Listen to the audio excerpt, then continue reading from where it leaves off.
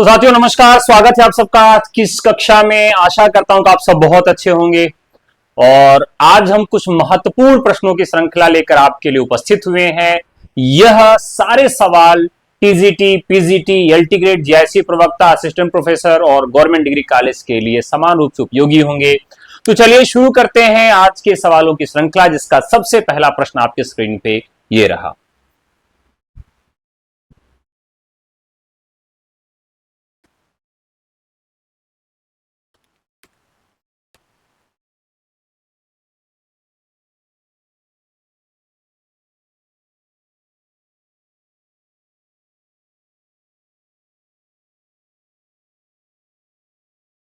चलिए, तो सबसे पहला सवाल आपकी स्क्रीन पे है।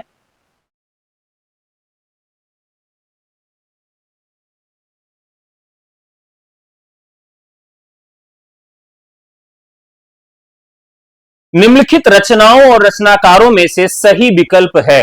निम्नलिखित में यहां पर कुछ रचना और रचनाकार दिए गए हैं, इन्हीं में से आपको एक सही ऑप्शन का चयन करना है। तो जल्दी से कमेंट करके बताएं।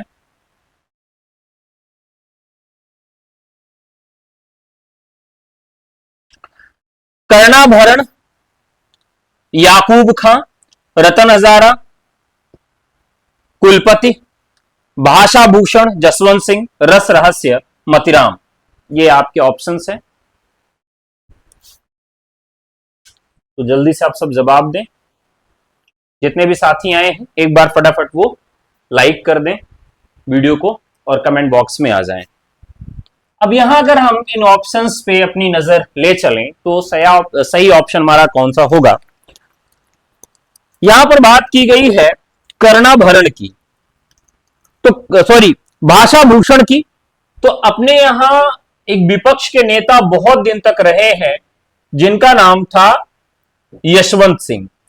तो जो भी नेता होते हैं उनका सबसे पहला काम क्या होता है कि उनका भाषा पर बड़ा अधिकार होता है, यानी भाषा भूषण जो है वह जसवंत सिंह का है और यह बात सही है।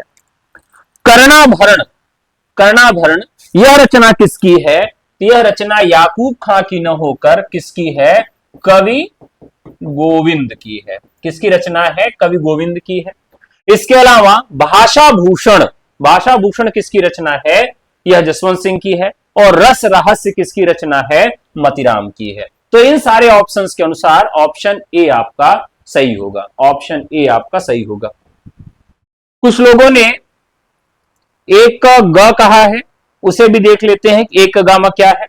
यहां बात करनी है कि सही विकल्प है, ठीक है। तो अब यहां पर रतन हजारा की बात की जाए तो रतन हजारा भी रसनिधि की रचना है। किसकी रचना है? रसनिधि की रचना है। यह भी आपका गलत है, यह भी आपका गलत है। सी यानी आपका ऑप्शन सही है, एकदम आप लोगों ने सही जवाब दिया है। और जो रस रहस्य है यह मतिराम की रचना न होकर किसकी रचना है? कुलपति मिश्र की रचना है। किसकी रचना है साथियों? कुलपति मिश्र की है। यानी रसरास कुलपति मिश्र की, भाषा भूषण ही इसमें मात्र एक ऑप्शन सही है। इस अनुसार ऑप्शन सी आपका सही होगा। दूसरा सवाल है, तुलसी गंग दुओ भय सुकविन के सरदार कवियर गंग के संबंध में यह कथन किसका है? तुलसी गंग दुओ भय। अब रीतिकाल में तीन तरह के रचनाकार हुए। एक ऐसे हैं जो आचार्य हैं, एक कवि हैं और एक आचार्य और कवि दोनों हैं। तो यहां पर एक कवि हुए और आचार्य दोनों हुए, जिनको हम किस नाम से जानते हैं? भिखारी दास के नाम से जानते हैं। इनका प्रमुख कार्य क्या था कि ये लोग नियम भी बनाते थे और उस नियम को सिद्ध करने के लिए उदाहरण के ग्रंथ भी लिखते थे। तो जब नियम भी लिखा जाए और नियम के जो वस्तुगत स्थितियां हैं उनको सिद्ध करने के लिए उदाहरण ग्रंथ भी लिखे जाएं, उसको हम आचार्य कहेंगे। तो ये आचार्य थे। तो भिखारी दास का नाम जहां भी आता है ये आचार्य के तौर पर भी आते हैं। तो भिखारी दास हमारा यहां पर राइट आंसर हो जाएगा, भिखारी दास। इनकी रचनाओं में जो बहुत महत्वपूर्ण रचनाएं हैं, देखिए जैसे इन्होंने क्या किया है, जैसे हम ये कह दें कि अच्छा भैया ऐसा समय आ गया है कि अब भिखारी ही निर्णय करेंगे, यानी इनकी रचनाओं में हमें एक शब्द मिलेगा, निर्णय, श्रृंगार निर्णय। श्रृंगार का निर्णय कौन कर रहा है? भिखारी कर रहे हैं। ठीक है। छंदानो पिंगल, काव्य का निर्णय कौन कर रहा है? भिखारी कर रहे हैं। तो ऐसे याद रखेंगे, काव्य का निर्णय और श्रृंगार का निर्णय कौन कर रहा है? तो आपके भिखारी कर रहे हैं। तो इस तरीके से इसको हम जोड़ के याद कर सकते हैं। Option D is the right answer. बीती विभावरी जागरी, अंबर पनघट में डूबा रही, तारा घट उषा नगरी। इस उदाहरण में प्रयुक्त अलंकार कौन सा है? देखिए, एक अलंकार होता है रूप का न्युत संयोक्ति, यानी जहां पर आरोप कर दिया जाए। तो देखिए, जहां पर उपमेय में उपमान का तुलना किया जाए, तो तुलना करने पर सदैव उपमा होता है, तुलना में उपमा होगा।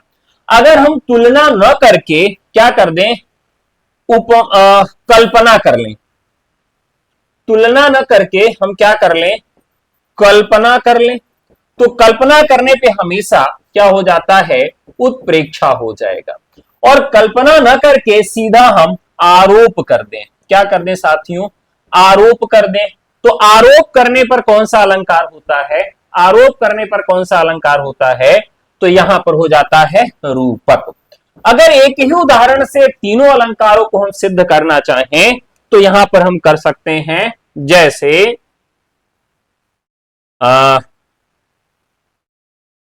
चांद सा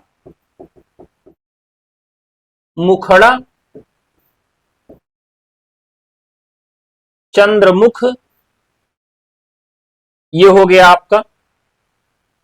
और उत्प्रेक्षा में हो जाएगा मानो चांद। अगर यहां पर हम किसी चीज को मान लेते हैं, मानते हैं यानी कल्पना कर लेते हैं, क्या गुरुजी आपकी दाढ़ी और आपकी टोपी देख के लग रहा है कि आप हिमेश रेशमिया लग रहे हैं, मानो आप हिमेश रेशमिया लग रहे हैं। तो माना यानी कल्पना किया, उत्प्रेक्षा हो गया। और अगर हमने तुलना कर दिया जैसे, तो वहां पर उपमा हो गया। और सीधे आरोप कर दिया, नहीं आप हिमेश रेशमिया हैं, तो यहां पर रूपक हो गया। तो इस प्रकार से यहां पर बात की जा रही है बीती विभावरी जागरी, जयशंकर प्रसाद की एक पंक्ति है। और कई बार पूछा जाता है कि पंक्ति कहां से ली गई है, तो यह कहां से ली गई है, तो आप सब मुझे बताएं कि यह पंक्ति इनकी कहां से ली गई है।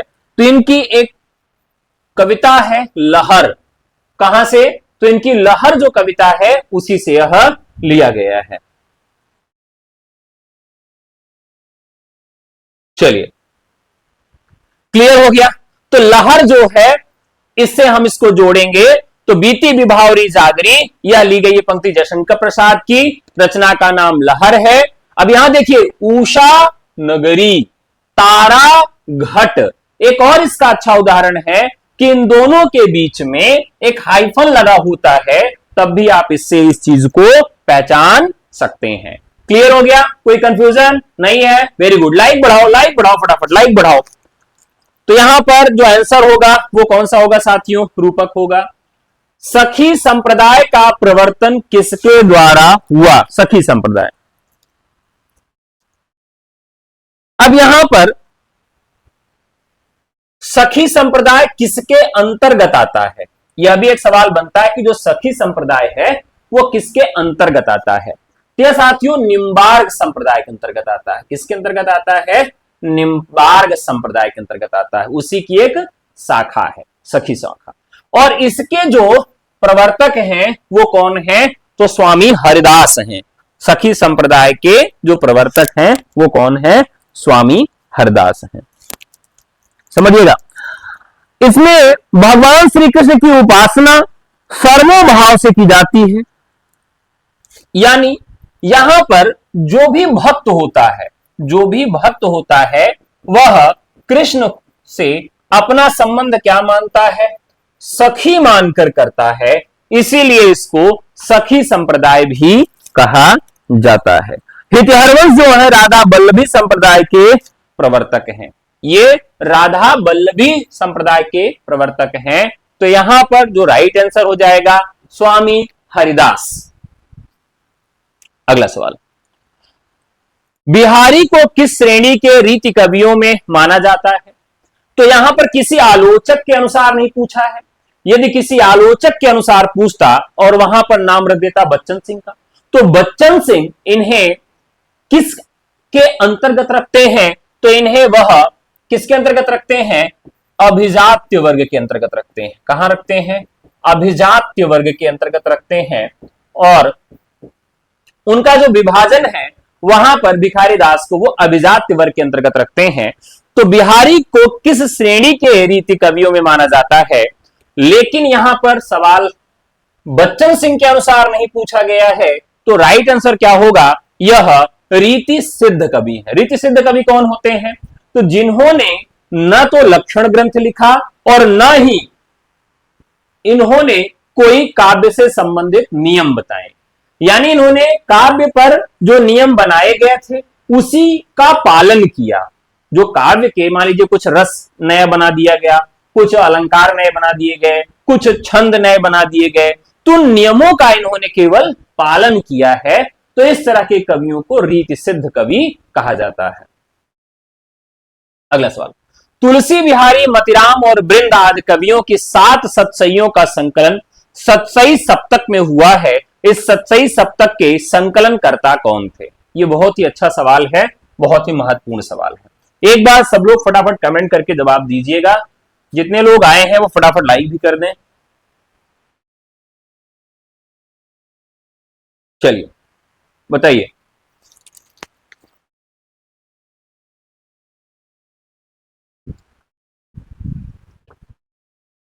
बढ़िया सवाल है ये।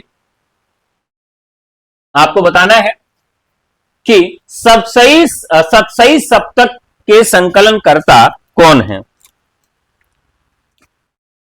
तो ये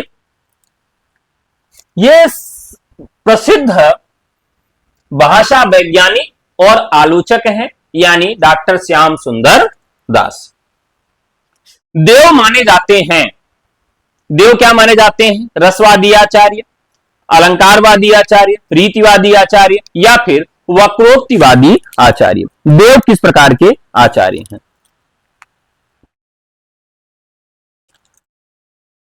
इन्होंने छल नामक एक संचारी भाव बनाया। क्या बनाया? छल नामक संचारी भाव। अब यह संचारी भाव किसके अंतर्गत आता है? तो रसों के अंतर्गत आता है। लेकिन संस्कृत में इसी नाम का एक रस और पहले बन चुका था, जिसको भानुदत्त ने बनाया था। किसने बनाया था? भानुदत्त ने बताया था। तो कुल मिलाकर देव किस प्रकार के आचार्य हैं? तो यह रसवादी आचार्य हैं।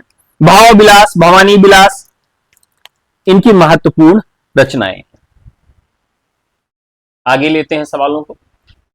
निम्नलिखित में से विट्ठलनाथ के शिष्य कौन हैं? विट्ठलनाथ के शिष्य कौन हैं? तो यहां पर जो राइट आंसर होगा, विट्ठलनाथ के जो शिष्य हैं वो कौन है? तो नंद दास हैं। अगला सवाल, अनुराग बांसुरी के रचनाकार कौन है? अनुराग बांसुरी। अनुराग बांसुरी 1764 में नूर मोहम्मद की रचना है। 1764 में नूर मोहम्मद की रचना है और यह रचना मुख्यतः सूफी काव्य के अंतर्गत आती है। इसकी गणना सूफी काव्य के अंतर्गत की जाती है। हंस जवाहरी यह कासिम शाह की रचना है। चंदाइन जो है वह मुल्ला दाऊद की रचना है और शेख रहीम की रचना का नाम है पंचाध्यायी। क्या नाम है? पंचाध्यायी। याद रखिएगा, शेख रहीम की रचना का नाम क्या है? पंचाध्यायी है। अगला सवाल, निम्नलिखित में से कौन सी प्रवृत्ति संत काव्य में नहीं है? निम्नलिखित में से कौन सी प्रवृत्ति संत काव्य में नहीं है? गुरु की महत्ता, बाह्य आडंबरों का खंडन, रहस्यवादी भावना, वर्ण व्यवस्था का समर्थन। देखिए ये सवाल बहुत ही महत्वपूर्ण है। हमें प्रत्येक काल की प्रवृत्तियां और विशेषताएं मालूम होनी चाहिए। भक्ति काल की बात करें साथियों, तो गुरु की महत्ता बहुत ज्यादा रही है, यानी गुरु को ईश्वर से भी ज्यादा बड़ी सत्ता दी गई है, मान्यता दी गई है। बाह्य आडंबरों का खंडन, इसमें खास करके जो संत कवि हैं उन्होंने बाह्य आडंबरों का खंडन किया है। कबीरदास हमेशा इसमें आपको सामने दिखेंगे। हिंदू धर्म का, इस्लाम का बहुत ही अच्छे से विरोध करते हैं। रहस्यवादी भावना भी मिलेगी कबीर के यहां, देखिए आपको रहस्यवाद मिलेगा। आपको जायसी के यहां भावनात्मक रहस्यवाद देखने के लिए मिलेगा। तो रहस्यवादी भावना भी आपको यहां मिलती है, लेकिन वर्ण व्यवस्था का समर्थन नहीं मिलता है। हां, कुछ भाग में वर्ण व्यवस्था जैसी बात दिखती है, जैसे तुलसीदास के यहां सगुण में थोड़ा बहुत आपको वर्ण व्यवस्था का समर्थन देखने के लिए मिलता है, लेकिन संपूर्ण रूप से अगर हम देखें तो वर्ण व्यवस्था का समर्थन जो है वह भक्ति काल में देखने के लिए नहीं मिलता है। ठीक है, अगला सवाल, निम्नलिखित में से कौन सा कथन सूफी कवियों के संबंध में सत्य नहीं है? कौन सा कथन सूफी कवियों के संबंध में सत्य नहीं है? सूफी कवि अमर प्रेम के उपासक और गायक थे। एकदम सही बात है, क्योंकि ये ईश्वर और आत्मा के रूप में पति पत्नी को न मानकर प्रेमी और प्रेमिका को मानते थे। प्रेमी यहां पर किस रूप में होता था?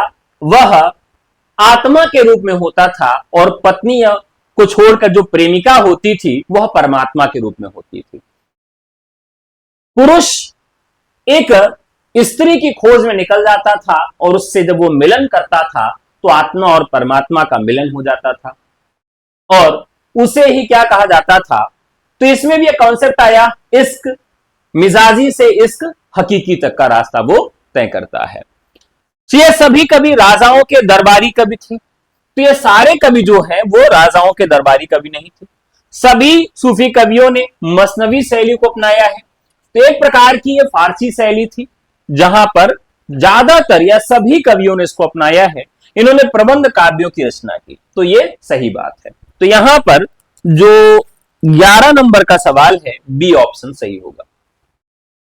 सवाल नंबर 12, ये ब्रज भाषा के मतिराम ऐसे कवियों के समकक्ष हैं और कहीं कहीं तो भाषा और भाव के माधुर्य में पद्माकर से तक टक्कर लेते हैं। आचार्य शुक्ल ने यह किस कवि के लिए कहा है? ध्यान रखिएगा, तो ये राइट आंसर हो जाएगा बेनी प्रवीण। तो शुक्ल जी ने रीतिकाल के कई कवियों के ऊपर अपनी टिप्पणी की है। तो ये ब्रजभाषा के मतिराम सरीखे कवियों के समकक्ष हैं और कहीं कहीं तो भाषा और भाव के माधुर्य में पद्माकर से तक टक्कर लेते हैं। इस को किसके विषय में कहा है? तो बेनी प्रवीण के संबंध। इनकी सिर्फ विशुद्ध सरस और शक्तिशालिनी भाषा लिखने में और कोई कभी समर्थ नहीं हुआ। विशुद्धता के साथ प्रौढ़ता और माधुर्य भी अपूर्व है। ये वियोग श्रृंगार के प्रधान मुक्तक कवि हैं। आचार्य रामचंद्र शुक्ल का उक्त कथन किस कवि के विषय में है? तो देखिए, इन्होंने पूरा इशारा एक साथ कर दिया, तो इसमें कोई कंफ्यूजन ही नहीं रहेगी।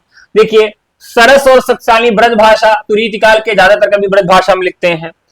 विशुद्धता के साथ प्रौढ़ता और माधुर्य, प्रौढ़ता भी है, विशुद्धता और माधुर्य भी है उनके अंतर्गत। वियोग श्रृंगार के हैं, तो ये भी एकदम और स्पष्ट कर दिए। मुक्तक हैं और भी स्पष्ट कर दिए, यानी वो कौन से कवि हैं? घनानंद हैं। ठीक है। छायावाद युग में लिखी गई कविता पुस्तक ब्रजरस के रचनाकार कौन हैं? ब्रजरस के रचनाकार कौन हैं? अब देखिए, यह रचना किसके द्वारा की गई है? राय कृष्ण दास के द्वारा की गई है। इसके अलावा वियोगी हरि की जो रचना है वो प्रेम सतसई बहुत महत्वपूर्ण है। इनकी रचना कौन सी है? प्रेम सतसई। जैसे पूछा जाता है कि इनमें से किन कवियों ने सतसई नहीं लिखा है, या इनमें से किन कवियों ने सतसई लिखा है, तो प्रेम शतक है, वीर सतसई है। प्रेम शतक और वीर सतसई। तो सतसई परंपरा में वियोगी हरि की रचना आती है वीर सतसई, प्रेम शतक भी इनकी महत्वपूर्ण रचना है। और आगे बढ़ते हैं। अगला सवाल है, शाह निजामुद्दीन चिश्ती की शिष्य परंपरा में हाजी बाबा के शिष्य कौन थे? हाजी बाबा के शिष्य कौन थे? तो यहां बात कर लेते हैं, सैयद जायसी के गुरु का नाम क्या था? तो मुहिउद्दीन।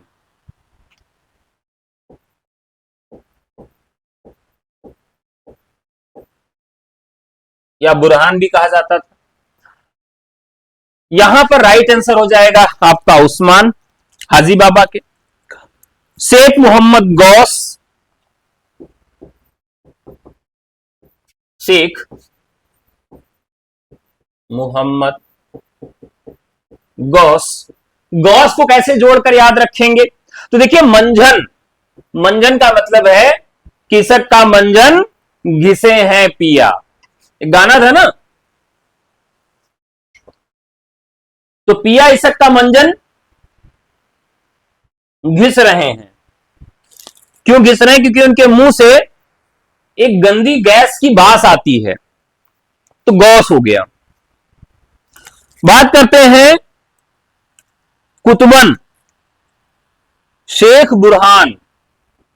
तो यहां पर हाजी बाबा के शिष्य कौन थे? उस्मान थे।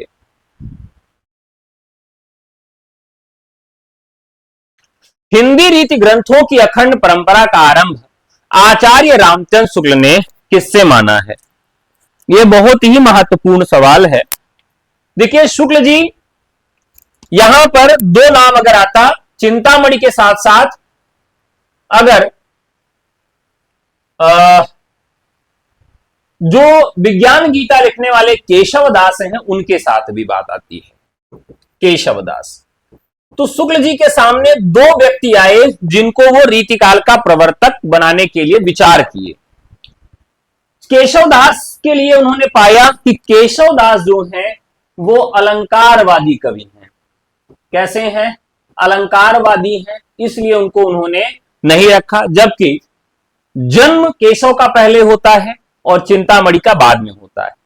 चिंतामणि को उन्होंने रीतिकाल का प्रवर्तक ही इसलिए माना क्योंकि चिंतामणि से रसवादी परंपरा की शुरुआत होती है।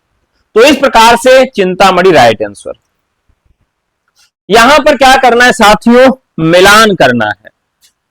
उस्मान, तो उसका चित्र देखते हैं, उसका चित्र देखते हैं। नूर मोहम्मद, अब देखिए बांसुरी में नूर लगा होता है। कुतुबन मृगावती, मृग जो है घास को कुतुब कुतुब कर खाता है। कासिम शाह हंस जवाहरी, तो हंस जो है वह काशिम यानी किसमिस को खाता है, ऐसे याद कर लेंगे। कविता घेराव में किसी बौखलाए हुए आदमी का संक्षिप्त एकालाप है, यह किसका कथन है? तो इस तरह की जो पंक्तियां हैं वह किसकी हैं? सुदामा पांडे, धूमिल की है।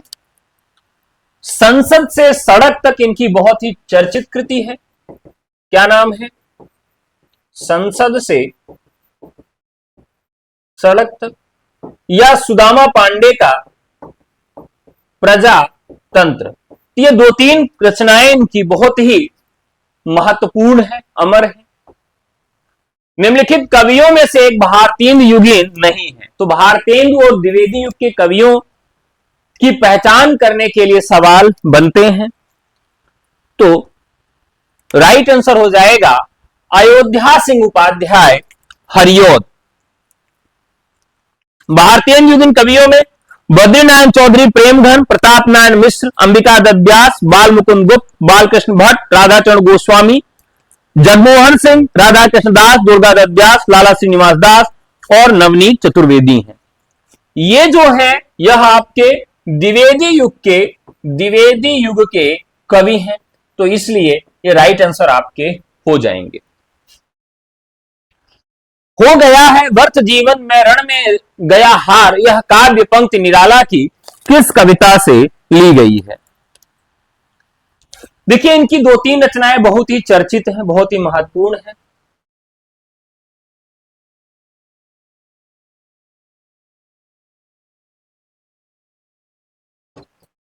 दो तीन चीजें इनकी बहुत महत्वपूर्ण हैं।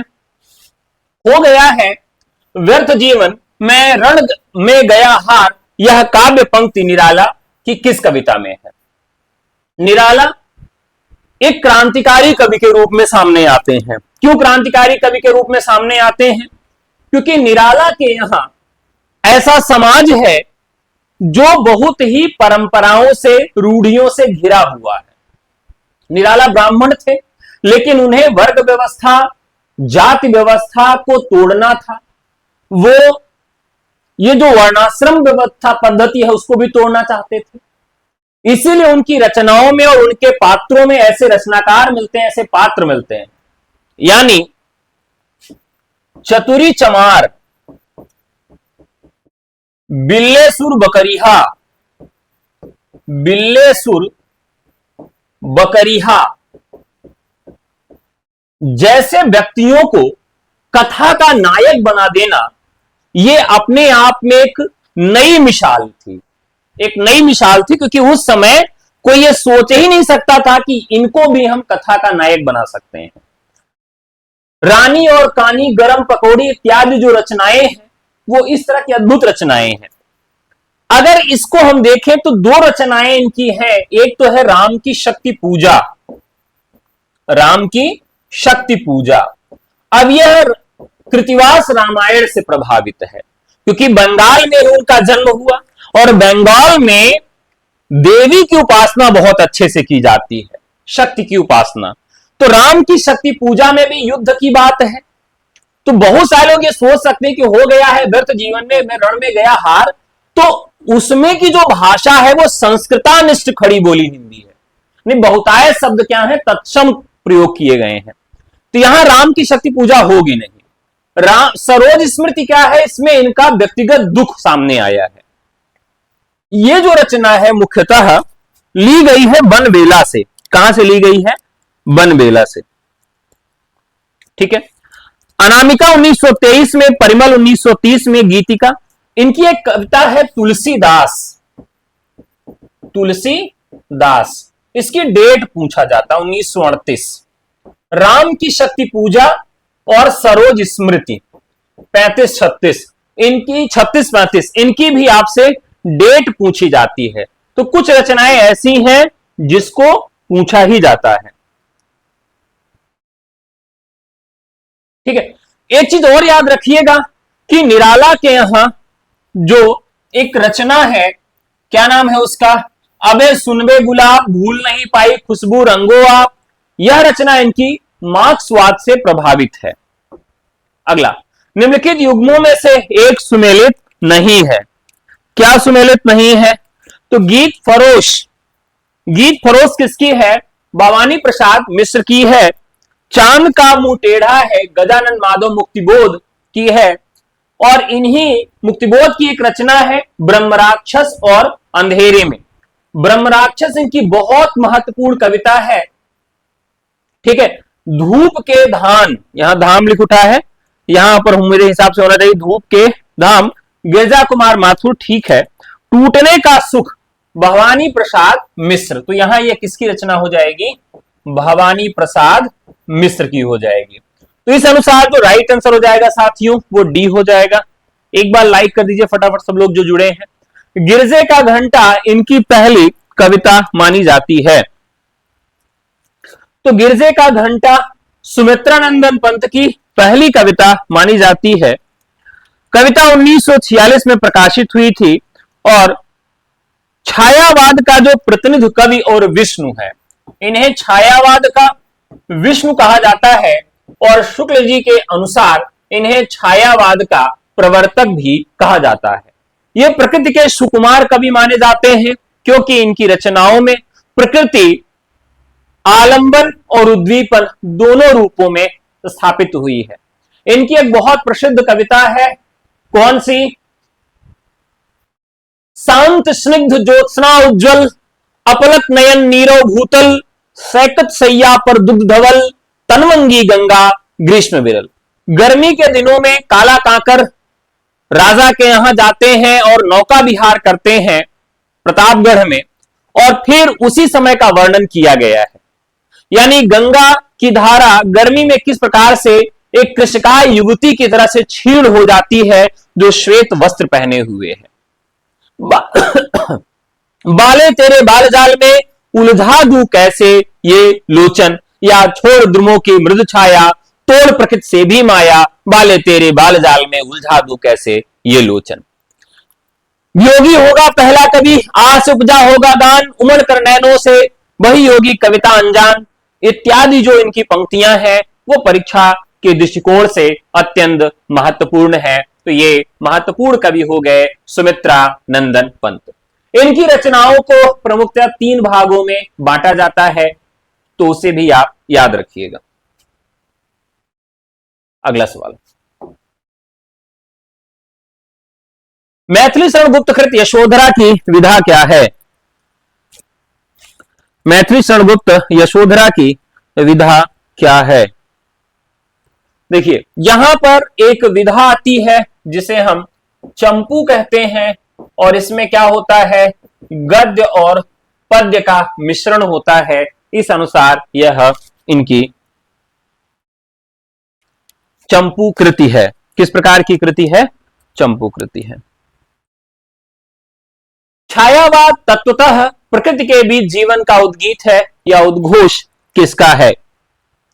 तो जीवन का उद्गीत है, याद रखिएगा, महादेवी वर्मा। तो महादेवी वर्मा का जो जीवन है वो दुखों से भारी पड़ा है, भरा हुआ है, तो उद्गीत है छायावाद का। इससे आप इसको महादेवी वर्मा को जोड़ लेंगे। छायावाद की परिभाषाएं आपको याद होनी चाहिए। आध्यात्मिक छाया का भान, ये याद रखना है। आध्यात्मिक छाया का भान, इसे याद रखना है। किसका है? नंद दुलारे वाजपेयी। तो जो नंद के दुलारे हैं वो कहां रहते थे? आध्यात्मिक थे, और हमेशा कुंद जो वृक्ष होते थे, जो भी कदम्ब के वृक्ष थे, उनकी छाया में रहते थे। तो ये ट्रिक है, आध्यात्मिक छाया। आध्यात्मिक छाया में कौन रहता था? नंद के दुलारे जब गाय चराने जाते थे। ऐसे जोड़ के याद रखेंगे। जयशंकर प्रसाद, जब वेदना के आधार पर स्वानुभूति मई अभिव्यक्ति होने लगी तब उसे हिंदी में छायावाद कहा गया। तो स्वानुभूति मई, इसमें याद रखने है स्वानुभूति मई, छायावाद में प्रसाद को। प्रसाद वही बांटता है जिसको अनुभूति होती है। रामविलास शर्मा, इन्होंने विरोध में कथन दिया है। किसमें दिया है? तो इन्होंने कहा छायावाद स्थूल के प्रति सूक्ष्म का विद्रोह नहीं रहा। क्या रहा? विद्रोह नहीं रहा।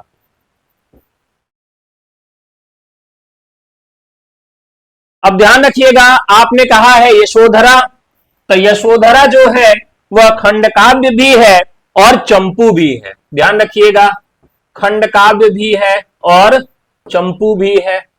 चंपू किसके अंतर्गत आता है? अब ध्यान से अगर आपको मैं दिखाऊं तो आपको चीजें समझ में आएंगी। जैसे हम यहां लिखें प्रबंध काव्य, प्रबंध काव्य का विभाजन जब हम करें महाकाव्य और खंड काव्य, ठीक है। अब इस खंड काव्य और महाकाव्य में भी आगे हम जाएंगे तो ये खंड काव्य में भी और महाकाव्य में, दोनों में भी चंपू काव्य हो सकते हैं। यानी कोई महाकाव्य भी चंपू काव्य हो सकता है और कोई खंड काव्य भी चंपू काव्य हो सकता है। समझ में आ गया? जितेंद्र जी, कोई कंफ्यूजन हो बताइएगा।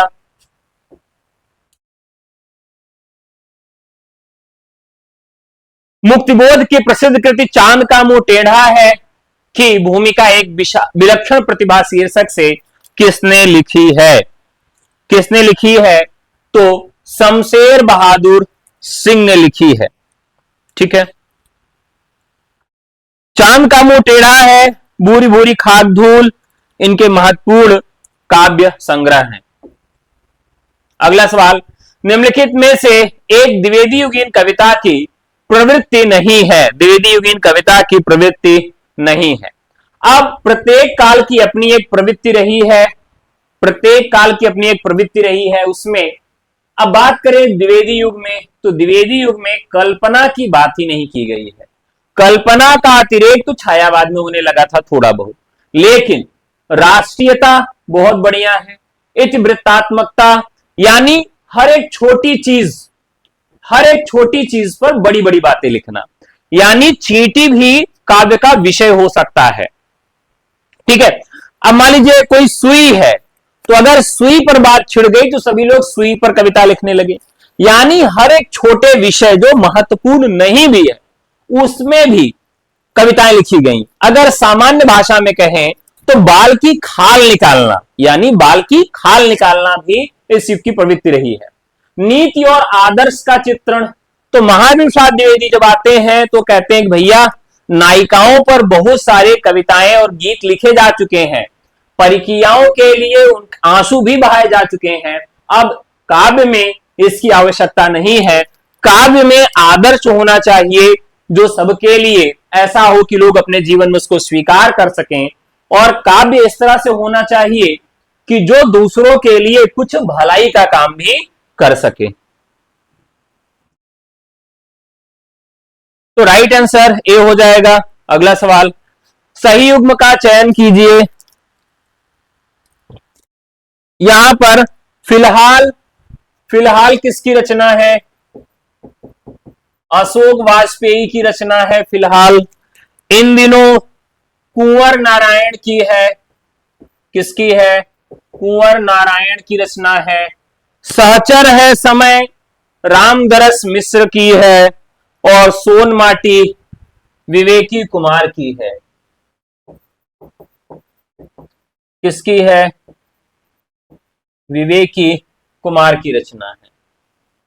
ठीक है, अगला, उठ जाग मुसाफिर भोर भई अब रैन कहां जो सोवत है, किस अवधि सम्राट की रचना है? किस अवधि सम्राट की रचना है? तो एक अवधि के कवि हैं जिनका नाम है बंशीधर शुक्ल। कदम कदम बढ़ाए जा, खुशी के गीत गाए जा, ये जिंदगी है कौम की, तू कौम पे लुटाए जा। इनकी एक और महत्वपूर्ण पंक्ति है, वह भी परीक्षा के दृष्टिकोण से अत्यंत महत्वपूर्ण है। हिंदी में प्रयोगवाद का प्रारंभ किस रचना से माना जाता है? इसे बैठे ठाले का धंधा भी कहा गया है। तो राइट आंसर हो जाएगा तार सप्तक से। साथियों, इसका नाम तार सप्तक है, लेकिन आता है 8 साल बाद। पहला तार सप्तक आता है 1943 धन 8 बराबर 1951, 1951 धन 8 बराबर 1959, 1959 धन 20 बराबर 1979। यानी प्रथम तार सप्तक जिसको तार सप्तक कहा गया 43 में आया, दूसरा 51 में, तीसरा 59 में, और चौथा 1979 में आता है, यानी 79 में। अज्ञे जी स्वयं को प्रयोगवादी नहीं मानते हैं। नकेनवाद और प्रयोगवाद में अंतर है, एक अपने को साध्य मानता है और एक अपने आप को साधन मानता है। इससे भी संबंधित सवाल पूछे जा सकते हैं। द्विवेदी युगीन निम्नलिखित रचनाओं में से एक महाकाव्य नहीं है। द्विवेदी युगीन रचनाओं में एक महाकाव्य नहीं है। तो हम बात कर लें जयद्रथ वध की। 1910 में खंडकाव्य है, किसका है? तो मैथिली शरण गुप्त का है। प्रिय प्रवास 1914 का महाकाव्य है, किसका है? हरिऔध का। किसका है? हरिऔध का। साकेत महाकाव्य है 1931 का, किसका है? तो यह गुप्त जी का है। रामचरित चिंतामणि 1920 महाकाव्य है रामचरित उपाध्याय का। अब यहां बात करें तो पूछा है कि कौन सा महाकाव्य नहीं है, तो जयद्रथ वध इसका सही उत्तर हो जाएगा। अगला सवाल है, रामदरस मिश्र को किस काव्य संग्रह के लिए वर्ष 2015 का साहित्य अकादमी पुरस्कार मिला है? साहित्य अकादमी पुरस्कार रामदरस मिश्र को मिला है। बात करें साथियों तो जितने भी साहित्य अकादमी पुरस्कार हैं, जितने भी ज्ञानपीठ पुरस्कार है, सरस्वती सम्मान है और व्यास सम्मान है, जिसमें भी हिंदी रचना पर पुरस्कार मिला है वो सारी रचनाएं, उनकी विधा, उनके रचनाकार किस सन में मिला है ये आपको याद होना चाहिए, क्योंकि अब ये परीक्षा का ट्रेंड बन गया है, यहां से सवाल आता है। ठीक है, तो लोग कह रहे हैं आग की हंसी, आग की हंसी देखते हैं। तो यहां पर आग की हंसी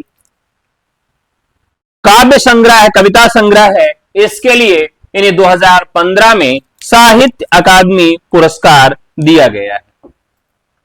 ज्ञान भिन्न कुछ क्रिया भिन्न है, इच्छा क्यों पूरी हो मन की, एक दूसरे से न मिल सके यह विडंबना है जीवन की। उपयुक्त पंक्तियां कामायनी के किस सर्ग से ली गई हैं? ये रहस्य सर्ग से ली गई हैं साथियों। अब इसमें एक चीज याद रखिएगा कि यहां पर कुछ चीजें बात की गई हैं, ज्ञान की बात की गई है, क्रिया की बात की गई है और इच्छा की बात की गई है। ये वास्तविक में आज का असंतोष है, आज के युवाओं का सबसे बड़ी अगर हम कहें तो अनुपलब्धि है, यानी उनका ज्ञान किसी और दिशा का है, वो क्रिया किसी और दिशा में कर रहे हैं और इच्छा उनकी कुछ और है। अगर इन तीनों का समन्वय हो जाए, आपका ज्ञान जिस क्षेत्र का है, क्रिया भी आप उसी क्षेत्र में करें, तब आपकी इच्छाओं की पूर्ति हो सकती है। लेकिन हमारे यहां समस्या क्या है कि ज्ञान हमारा बीटेक का है, यानी हम इंजीनियरिंग किए हुए हैं, क्रिया हमारी है कि हम प्राइमरी की भर्ती की तैयारी कर रहे हैं। ऐसे स्थिति में हमारी इच्छा की पूर्ति कैसे होगी?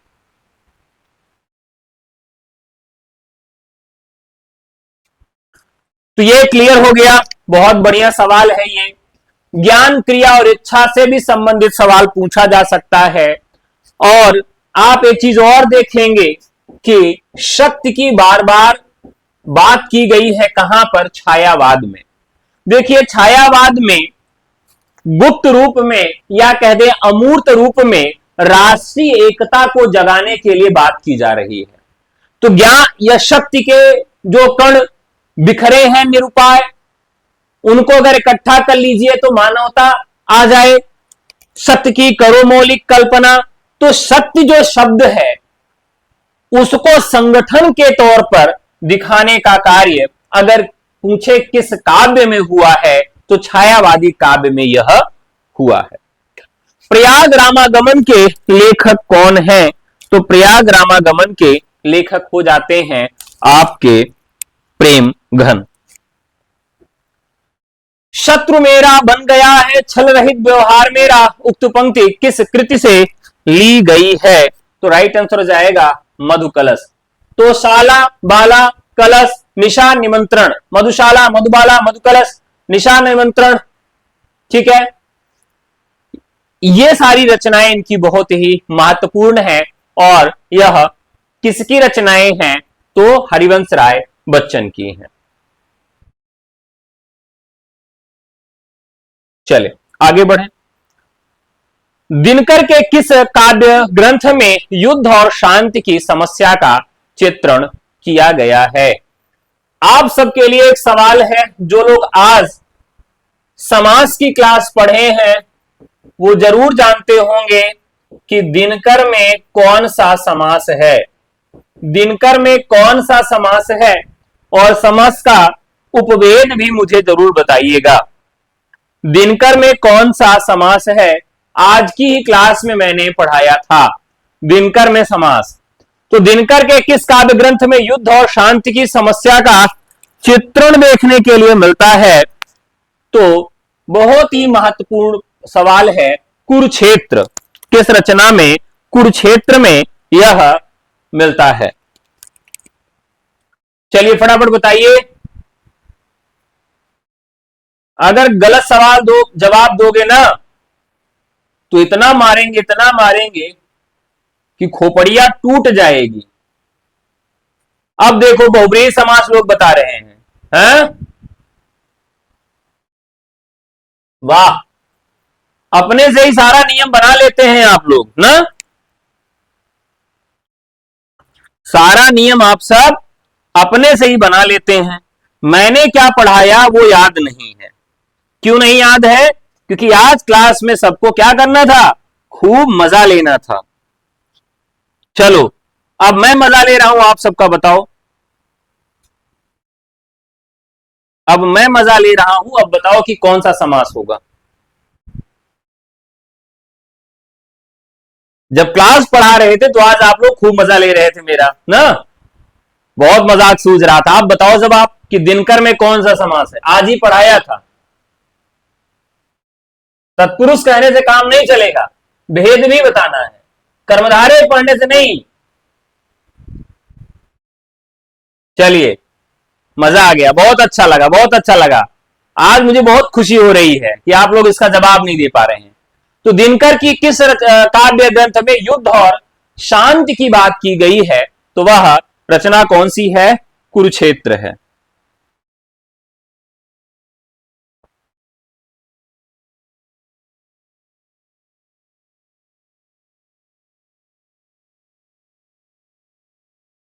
अब ये 1946 की रचना है। यह कब की रचना? 1946 की रचना है।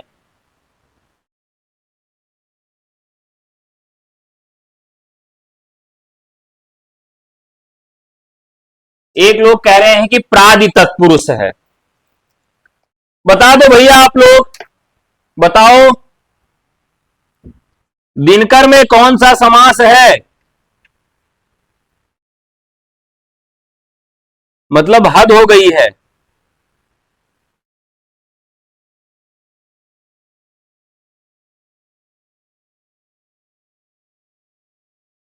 दिन और कर है, दो शब्द हैं, दिन धन कर।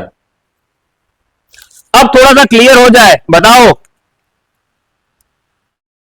कोई प्रादि तत्पुरुष कह रहा है, ऐसा करो ना, अपने गाल पे दो तीन थप्पड़ मार लो ऐसे फटाफट फटाफट, तो मजा आ जाएगा। जैसे प्राचार्य कह दें, प्राचार्य कह दें या फिर प्रयाग कह दें, तो प्राचार्य और प्रयाग में कौन सा समास होगा? तो प्राचार्य और प्रयाग में हो जाएगा आपका समास प्रादि तत्पुरुष समास।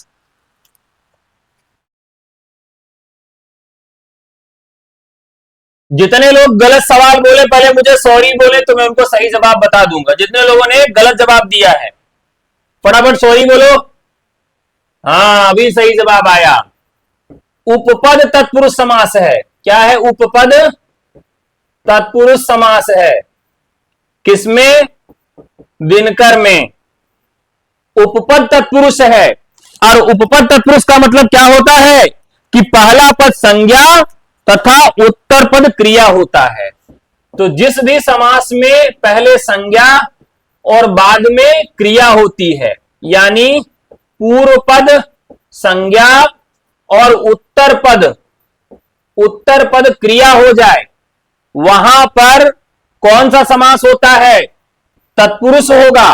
और अगर तत्पुरुष में भी भेद पूछ ले तो उपपद तत्पुरुष होता है।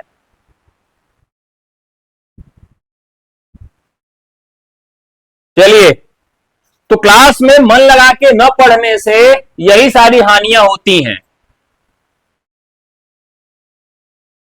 चलिए आगे बढ़ते हैं। अगला सवाल, लोकायतन पंत की प्रबंध कृति है जो किन दो खंडों में विभाजित है? लोकायतन पंत की प्रबंध कृति है जो किन दो खंडों में विभाजित है? तो बाह्य परिवेश और अंतस चैतन्य। अगला सवाल, ठेठ हिंदी का ठाठ किस विधा की रचना है? तो साथियों, यह उपन्यास विधा की रचना है।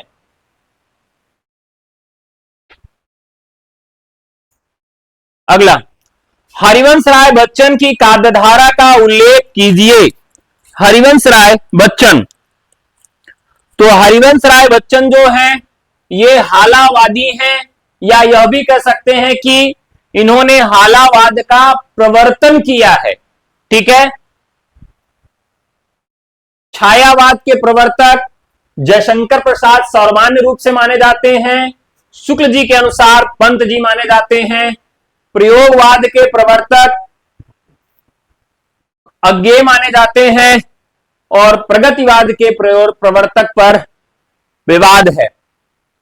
ठीक है। अगला सवाल, जिंदगी और गुलाब किसकी कहानी संकलन है? जिंदगी और गुलाब ये है उषा प्रियंवदा की। मृणाल पांडे की शब्द वेदी और दरमियान है। चित्रा मुदगल की जहर ठहरा हुआ और लाक्षागृह है। मृदुला गर्ग का कितनी कैदे समागम, मेरे देश की मिट्टी आहा। गोदान उपन्यास की मुख्य कथा का आधार क्या है? तो साथियों, मुख्य कथा की बात करें तो कृषक जीवन है।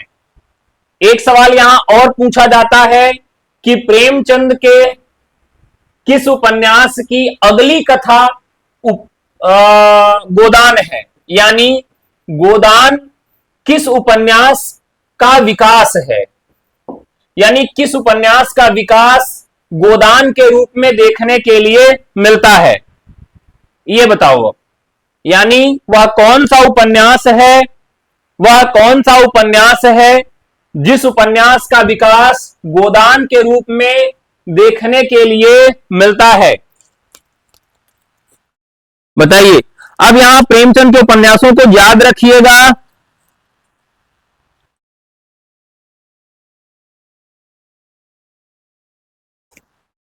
कोई है जवाब? Premashram, very good.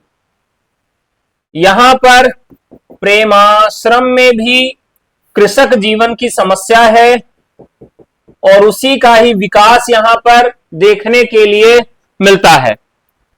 अमृतलाल नागर का प्रथम प्रकाशित उपन्यास कौन है? तो यहां पर बूंद और समुद्र इनका पहला उपन्यास है, जो कि महत्वपूर्ण उपन्यासों की श्रेणी में आता है। सामाजिक उपन्यास अमरबेल के लेखक कौन हैं? सामाजिक उपन्यास अमरबेल के रचनाकार वृंदावन लाल वर्मा हैं। इन्होंने सामाजिक और ऐतिहासिक दो प्रकार, सामाजिक और ऐतिहासिक दो प्रकार के उपन्यासों को इन्होंने लिखा है।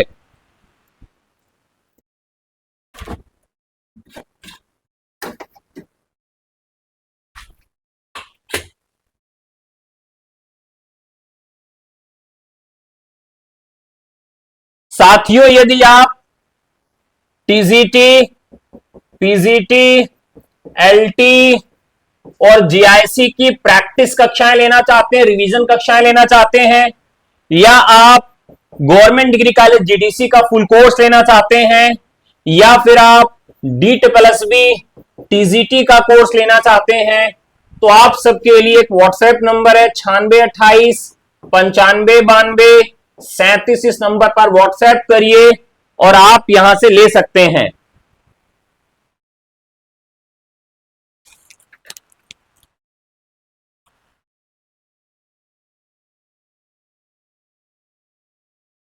यहां पर पूछा गया है अमृतलाल नागर का प्रथम प्रकाशित उपन्यास, प्रथम उपन्यास नहीं पूछा गया है, प्रकाशित उपन्यास पूछा गया है।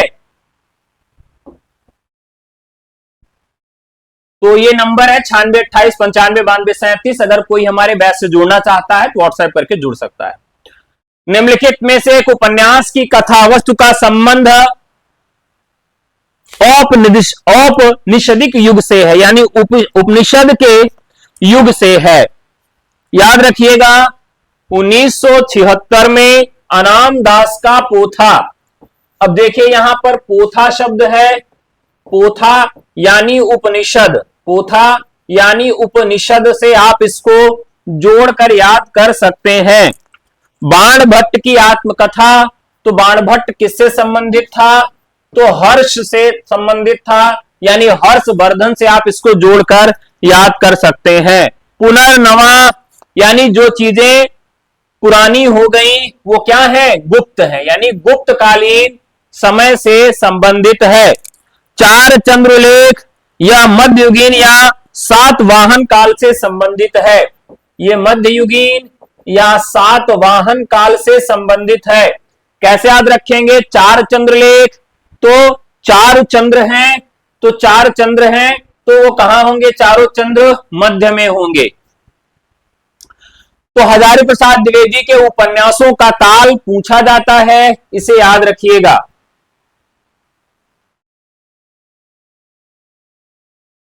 बहुत बढ़िया जितेंद्र जी। अगला सवाल है, व्यक्तिवादी उपन्यासकारों की परंपरा में निम्नलिखित में से कौन नहीं आते? तो राइट आंसर गोपाल राम गौहमरी, ये नहीं आते। यह जो उपन्यासकार हैं इन्हें हम जासूसी उपन्यासकारों की श्रेणी में रखते हैं।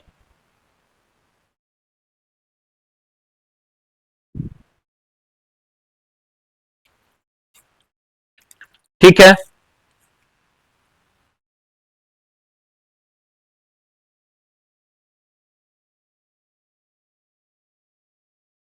अमृता जी, जब महाकाल ऑप्शन में ही नहीं है, देखिए महाकाल ऑप्शन में नहीं है। अगला सवाल, आचार्य रामचंद्र शुक्ल के अनुसार हिंदी के प्रथम उपन्यासकार कौन है? हिंदी के प्रथम उपन्यासकार कौन है? तो गणपति चंद्रगुप्त ने भाग्यवती को माना, गणपति चंद्रगुप्त ने भाग्यवती को माना। गोपाल राय ने देवरानी जेठानी कहानी को माना। आचार्य हजारी प्रसाद द्विवेदी ने पूर्ण प्रकाश चंद्रप्रभा को, और कृष्णलाल ने चंद्रकांता को। रामचंद्र शुक्ल ने किसको माना? तो इन्होंने श्रीनिवास दास की रचना परीक्षा गुरु को माना। अगला सवाल है, निम्नलिखित में से मनोहर श्याम जोशी की रचना नहीं है? यहां पर सोना माटी जो है यह विवेकी राय का उपन्यास है, यह विवेकी राय का उपन्यास है। जबकि हरिया हरक्यूलिस की हैरानी, कसब, कौन हूं मैं इत्यादि रचनाएं मनोहर श्याम जोशी की हैं। उपन्यास और उपन्यासकार का एक युग्म अशुद्ध है। काला पहाड़, अंधेरे के जुगनू, वे दिन और करवट। तो करवट जो है 1985 में अमृतलाल नागर का है। किसका है? अमृतलाल नागर का है। वे दिन, तो ये आपका सही है, 1964 में निर्मल वर्मा का है।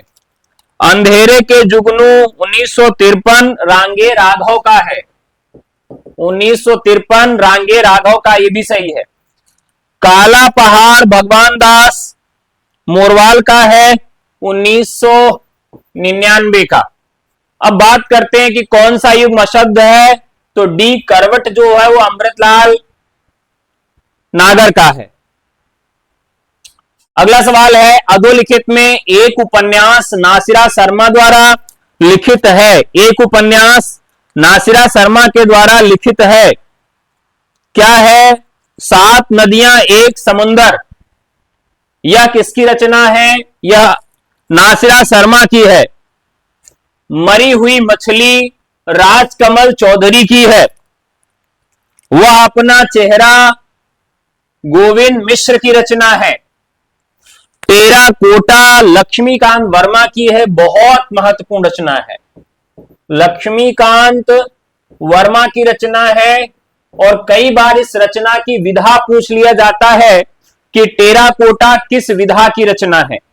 तो याद रखिएगा, टेराकोटा लक्ष्मीकांत वर्मा की किस विधा की रचना है? तो उपन्यास है।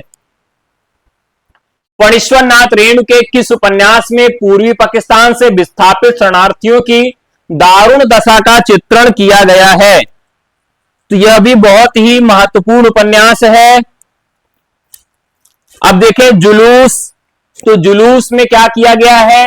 पूर्वी पाकिस्तान से विस्थापित शरणार्थियों की दशा का वर्णन है। मैला आंचल, तो ये पूर्णिया बिहार, कहां से संबंधित है? पूर्णिया बिहार से संबंधित है। और कई बार ये पूछ लेता है कि जो पूर्णिया बिहार है यह किस बोली क्षेत्र के अंतर्गत आता है? तो इस उपन्यास में अगर आप देखें तो मैथिली भाषा का प्रभुत्व देखने के लिए मिलता है। मैथिली भाषा जो ग्रामीण मैथिली, उसका प्रयोग देखने के लिए मिलता है। यह भी पूछा जाता है कि मैला आंचल का जो गीत है सस्य श्यामला वाला, वह किस की रचना से लिया गया है? तो वह पंत की कविता से लिया गया गीत है, जो हूबहू मैला आंचल में रख दिया गया है। ठीक है। इसके अलावा दीर्घ तपा, इसमें महिलाओं के यौन उत्पीड़न, दीर्घ तपा में महिलाओं के यौन उत्पीड़न को दिखाया गया है। पलटू बाबू रोड, एक सामाजिक कहानी को इसमें दर्शाया गया है। अगला सवाल है, प्रेमचंद शताब्दियों से पददलित, अपमानित और उपेक्षित कृषकों की आवाज थे। प्रेमचंद के संबंध में यह कथन किसका है? तो साथियों यह कथन है आचार्य हजारी प्रसाद द्विवेदी का। त्रिशंकु कहानी के रचनाकार कौन है? तो यहां पर राइट आंसर हो जाएगा मन्नू भंडारी। Mannu Bhandari right answer. मैं हार गई, एक प्लेट सैलाब, तीन नगाहों की तस्वीर, त्रिशंकु, यह किस सम की रचना है? तो यह 1978 की रचना है। निम्नलिखित में से कौन सा उपन्यास कमलेश्वर का नहीं है?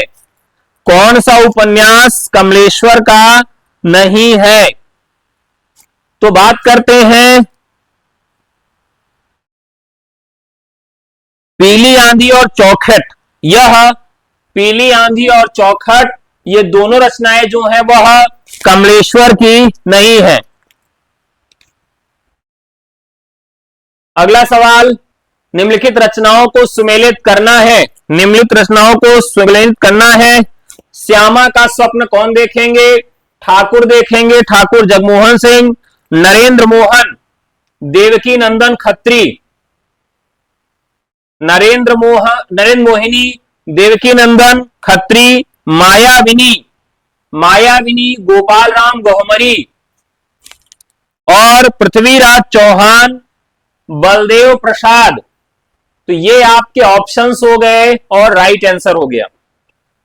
पैरों में पंख बांधकर यात्रा वृत्तांत के रचनाकार कौन है?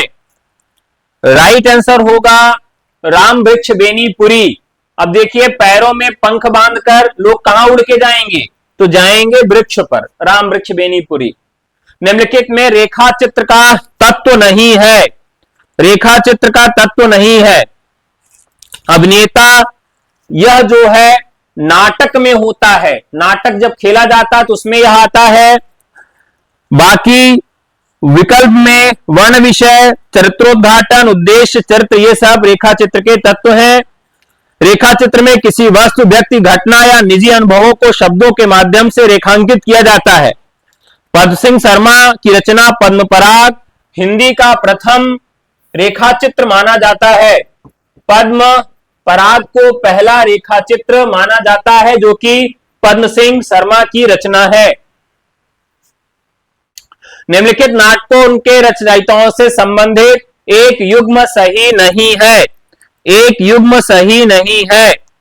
साथियों बात करें करबला, यह प्रेमचंद की रचना है।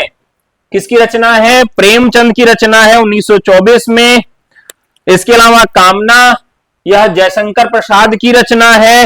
वरमाला गोविंद बल्लभ पंत की रचना है। अज्ञातवास द्वारिका प्रसाद मिश्र की है। तो यहां पर करबला जो है वो उदय शंकर भट्ट की न होकर प्रेमचंद की रचना है। मुथक बुत्ता वारीख पुस्तक के रचनाकार कौन है?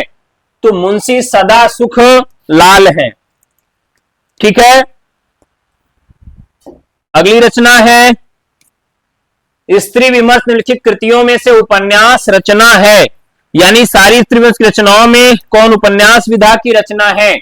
पिछले पन्ने की औरतें यह शरद सिंह की रचना है और यह काफी कुछ वेश्यावृत्ति पर आधारित है। किस पर आधारित है इसका वर्ण विषय पूछा जा सकता है, वेश्यावृत्ति पर है। जीना है तो लड़ना होगा वृंदा करात, औरतों के लिए औरत नासिरा शर्मा, खुली खिड़कियां मैत्रेयी पुष्पा, ये सब आलोचनात्मक कृतियां हैं, जबकि शरद सिंह की वेश्यावृत्ति पर आधारित पिछले पन्ने की औरतें यह उपन्यास रचना है। नाटक और नाटककार का एक युग्म अशुद्ध है, नाटक और नाटककार का एक युग्म अशुद्ध है। अब बात करें साथियों यहां पर, तो अंजो दीदी किसकी है? उपेंद्रनाथ अस की रचना है अंजो दीदी। इसके बाद रतिका कंगना, सुरेंद्र वर्मा, नदी प्यासी थी, धर्मवीर, करबला, यह प्रेमचंद की रचना है। जुलूस रुका है शीर्षक रिपोर्टाज के लेखक कौन है? अब साथियों ये राइट आंसर हो जाएगा विवेकी राय का, जो कि 1977 में लिखा गया। रिपोर्टाज के विषय क्या क्या होते हैं, किन किन विषयों पर रिपोर्टाज लिखा जाता है, ये आप कमेंट में हमको बताएंगे। आज का क्वेश्चन ऑफ द डे है, यानी किन किन विषयों पर रिपोर्टाज लिखा जाता है, ये आपको कमेंट करके हमें बताना है। मैं जान रहा हूं कि आप लोग ज्यादा देर तक नहीं पढ़ सकते, आपको दिक्कत होने लगती है, आपकी तबीयत खराब होने लगती है, आप बीमार हो जाते हैं, पढ़ाई में मन नहीं लगता, चिड़चिड़ापन रहता, बहुत सारी समस्याएं हैं, लेकिन क्या करेंगे, पढ़ना पड़ेगा और हमारे सामने दूसरा कोई रास्ता नहीं है। चलिए आज केवल 60 प्रश्न सॉल्व कराता हूं। आज का क्वेश्चन ऑफ द डे है, कमेंट बॉक्स में जवाब का इंतजार रहेगा। रिपोर्टाज किन किन विषयों पर लिखा जाता है, ये आपका सवाल है। और अगर आप जीडीसी से जुड़ना चाहते हैं, यानी जीडीसी की कक्षाओं को करना चाहते हैं, तो आप हमें व्हाट्सएप करके जुड़ सकते हैं। एलटी ग्रेड जीआईसी प्रवक्ता यूपी टीजीटी पीजीटी का प्रैक्टिस और रिवीजन बैच लेना चाहते हैं तो ले सकते हैं। DEET+B का हिंदी का बैच लेना चाहते हैं तो ले सकते हैं। और इन सभी बैचेस से जुड़ने के लिए व्हाट्सएप करना होगा 9628 95 92 37। तो साथियों आज का एपिसोड यहीं तक, जल्दी आपसे मुलाकात होगी, तब तक के लिए नमस्कार, जय हिंद, धन्यवाद।